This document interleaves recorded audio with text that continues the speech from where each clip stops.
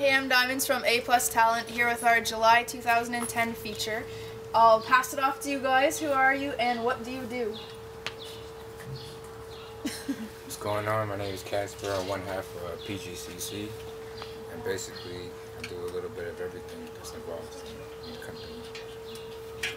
And what is PGCC? So there's probably people that don't know. Yeah, well, PGCC is Pitbull Guerilla Clothing Company, and I'm the other half. My name's Bonz. And what is the story behind your nicknames, Bonz and Casper? Well, I got the name Casper, one, partially because I'm just a quiet person overall. I'm just real to myself type of thing, and secondly, because of my complexion, light skin. So. Although at the same time, Casper can kind of be a scary thing. Are you one of those kind of hide it and then explosive people, or you're? I mean, I can be, but I try not to show that side. And with you? Well, Bonz, I guess it adapted from, I used to, do music and stuff like that. So I used to produce and be an MC, and that was part of my name. My cousin gave me that name, so it stuck with me. So I just kept it. All right. And why the name Pitbull Guerilla? Where did that come from? That name originated from myself. I mean, I chose that name when I went to Academy Design for fashion, and during the time I was in school, I was thinking of a name for a clothing line, and I always had a infatuation with the pit bull. I've always had those dogs. I've had like 3 or 4 at the same time, and it stuck along. And I chose the name Guerilla in terms of the mentality of how I felt the pit bull was. So I told him that to address that and how I would address fashion. I kind of came up with a name in the clothes, not to sell. Came up with it for myself, and then when other people demanded it, then that's when we put it out. Okay. Clothing lines don't just happen overnight. So when and how did your clothing line come about? Well, I went to Academy of Design.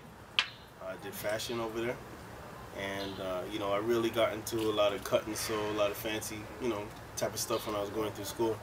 But coming about it, like I said, I kind of wanted to be original, and I wanted to make stuff for myself. So most of the time, in terms of my dress, I was always casual, like tees, joggers, hoodies. I was always just really, really casual and relaxed. So when I came up with that name, I decided to make that stuff for myself, and I made it for my friends, and then their friends wanted it, and so on and so forth. So that's kind of how it turned into an actual clothing. So basically, you're the kind of the I guess main man, and then you has Casper been a friend of yours for years, and you just thought that he's been a friend of mine for years, and he always expressed interest. And tell you the truth, even when he wasn't in partnership with me, he always gave me ideas, just like all the rest of my friends did.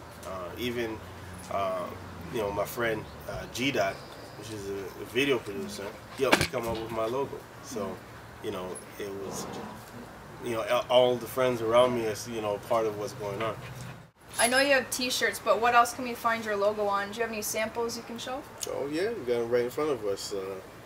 This is a sample of a few of the new era fittings that we carry in partnership with them. So they're available on their site, www.pgccworld.com, and we got a classic hat right here. This is a purple and black. Got a red joint over here. I'm wearing our black joint right now. And this is the Pitbull and Guerilla hat. Available in all sizes. So get at us. And just in time for summer, but how much would people be spending for one of these? Well, they're very unique hats, and they're quite pricey, so it can range anywhere between $60, $70 to up to $85 for a fitted. Well, there's a lot of guys that wear these hats anyway, so they should basically know the price. Exactly. All right. Any lingerie for the ladies in the future? Hopefully. I'm always into getting some lingerie. So we're working on some design. We're doing some testing right now. A lot of testing. So all right. If anybody's looking to help us test. And are you looking for models?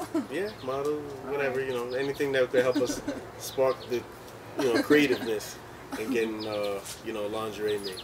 All right. Is your clothing line geared towards any specific genres or age groups, or do you keep it pretty generic? I think I have to say we keep it pretty generic, and I let the public go for itself. I mean, I range from, you know, I have guys as old as, you know, in the 50s and 60s asking for stuff because they love it, and because, you know, they feel it's cool, and, you know, the kids like it, and other people just want to wear it as just comfy, relaxing kind of stuff. You know, we like to keep our stuff limited, so it creates some sort of exclusivity, and majority of stuff that we sell is online. So, I mean, if you see it in the store anywhere other than in the UK, it's not us.